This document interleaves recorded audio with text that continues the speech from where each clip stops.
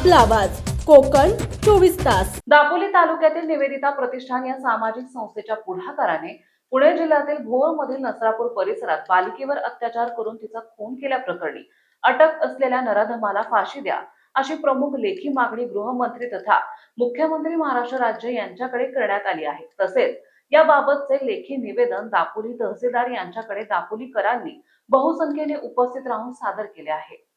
कायद्यामध्ये सुधारणा करून कडक नियमांची अंमलबजावणी आणि अत्यंत तातडीचा निर्णय करण्याची प्रक्रिया करण्याबाबत कायद्यामध्ये सुयोग्य बदल घडवून आणावा अशी मागणी करीत आहोत। महाराष्ट्र राज्यातील आणि देशातील बालिका, कुमारिका, युवती, महिला, ज्येष्ठ महिला या सर्वांनाच संरक्षण मिळावं। मानसिक बदल घडवण्यासाठी विशेष कृती दल स्थापन करावे।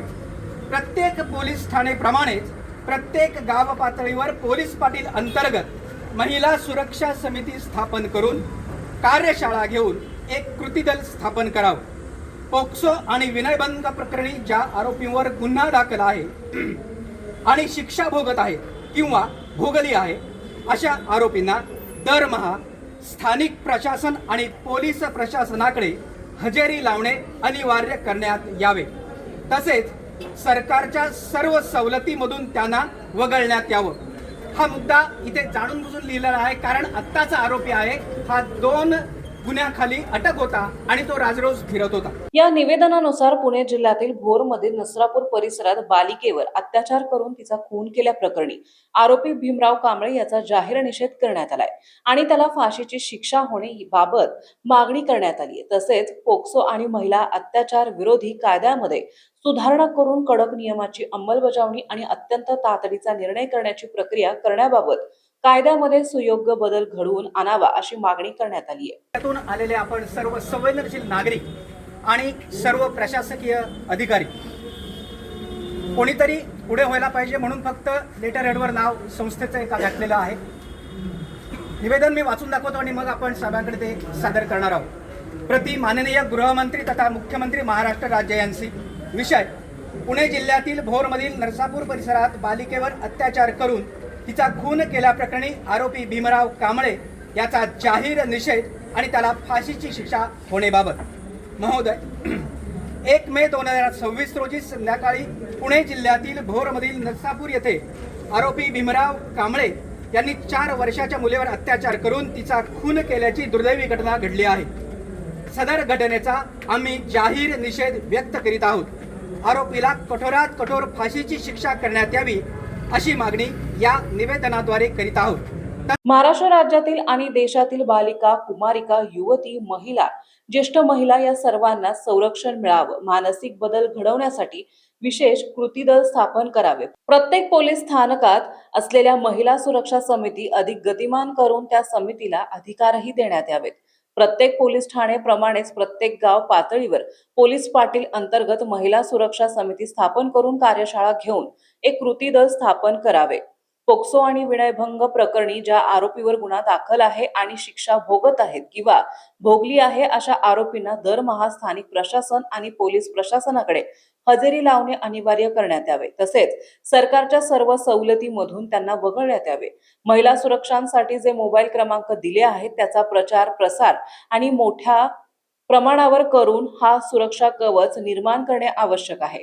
अशा मागण्यांसमवेत नसरापूर येथील चिमुरडीवर अत्याचार करून खून करणाऱ्या आरोपीला कठोर फाशीची शिक्षा देण्यात यावी अशी कठोर मागणी या निवेदनाद्वारे गृहमंत्री तथा मुख्यमंत्री महाराष्ट्र राज्य यांच्याकडे करण्यात आली आहे। या प्रसंगी निवेदिता प्रतिष्ठानचे अध्यक्ष डॉक्टर प्रशांत परांजपे, मनसेचे सचिन गायकवाड, बेलोस महाविद्यालयाच्या संचालिका जानिका बेलोसे, पतंजली योगच्या योग शिक्षिका हर्षदा डोंगरे, योग शिक्षक शैलेश अठल्ले, प्राजक्ता कारले, ऋतुजा गोडबोले यांनी आपल्या मनोगतातून तीव्र शब्दात निषेध व्यक्त केलाय आणि नराधम आरोपीच्या फाशीची मागणी केली आहे। निवेदन सादर करण्यासाठी निवेदिता प्रतिष्ठानचे माहेश्वरी विचारे, शीतल देवरुखकर, मिलिंद शेटे, अविनाश खुळे, सुनील चव्हाण, अस्मिता परांजपे, सायली साळुंखे यांच्यासह दापोलीतील महिला, व्यापारी, युवक, पत्रकार मोठ्या संख्येने उपस्थित होते। ही कठोर शिक्षा झाली आरोपीला आणि तरी हे दुःख कमी होणार नाहीये, पण समाजामध्ये एक काहीतरी आदर्श प्रस्थापित होण्याची गरज आहे अशा प्रकारे कोवळ्या वयातील मुलीवरती होणारा जो अत्याचार आहे तो अत्याचार कायमस्वरूपी जर बंद करायचा असेल तर त्याच्यासाठी शासनाला अत्यंत कठोर कायदे करावे लागतील आणि हे कठोर कायदे ज्या दिवशी होतील, कायद्याची दहशत ज्या वेळेला निर्माण होईल समाजामध्ये, त्यावेळेला अशील होण्याची गरज आहे आणि या संदर्भातले कायदे हे तातडीनं करण्याची गरज आहे. याला कुठच्याही प्रकारचं आपण धार्मिक किंवा अन्य कुठच्याही प्रकारचं वळण द्यायची काही आवश्यकता नाही. गुन्हा हा गुन्हा असतो आणि त्यामुळे जे कोणी अशा याच्यात सहभागी असतील त्यांना कठोरात कठोर कायदा करून त्यांना शिक्षाही तातडीनं झाली पाहिजे. वर्षानुवर्ष खटले चालतात आणि नंतर तो आरोपी सही सलामत सुटून जातो. अशा प्रकारच्या गोष्टी घडता कामा नये. तातडीनं फास्ट ट्रॅकमध्ये हा निर्णय. मोबाईल क्रमांक आहेत, आपल्या सर्वांना माहिती असतील, नसतील तर ते करून घ्यावे. महिला सुरक्षांसाठी जे मोबाईल क्रमांक दिले आहेत त्याचा प्रचार प्रसार अधिक मोठ्या प्रमाणावर करून एक सुरक्षा कवच निर्माण करणे आवश्यक आहे. पुनश्च नरसापूर येथील चिमुरडीवर अत्याचार करून खून करणाऱ्या आरोपीला कठोर फाशीची शिक्षा देण्यात यावी अशी मागणी या निवेदनाद्वारे आपणाकडे अधोरेखित करीत आहोत. आम्ही खाली शील होण्याची गरज आहे आणि या संदर्भातले कायदे हे तातडीनं करण्याची गरज आहे. याला कुठच्याही प्रकारचं आपण धार्मिक किंवा अन्य कुठच्याही प्रकारचं वळण द्यायची काही आवश्यकता नाही. गुन्हा हा गुन्हा असतो आणि त्यामुळे जे कोणी अशा याच्यात सहभागी असतील त्यांना कठोरात कठोर कायदा करून त्यांना शिक्षाही तातडीनं झाली पाहिजे. वर्षानुवर्ष खटले चालतात आणि नंतर तो आरोपी सही सलामत सुटून जातो. अशा प्रकारच्या गोष्टी घडता कामा नये. तातडीनं फास्ट ट्रॅकमध्ये हा निर्णय. समुंदर की गोद में पला है तू, अंगड़ाई लेते ही लहरें शुरू. आज यौवन की मस्ती छोड़, ले चलता हूं तुझे एक नए मोड़. आजा तुझे माँ पुकारे अब, छेड़ देते हैं बीच से कुछ शरारत हंसी. गले लगा ले उसे ए फकीर, इंतजार कर रहा है तेरा तो. चल दे देते हैं उसे फसल की खूबसूरती तो. आजा तुझे माँ पुकारे अब, उन्हें भी देनी है एक नई पहचान. आजा तुझे माँ पुकारे अब.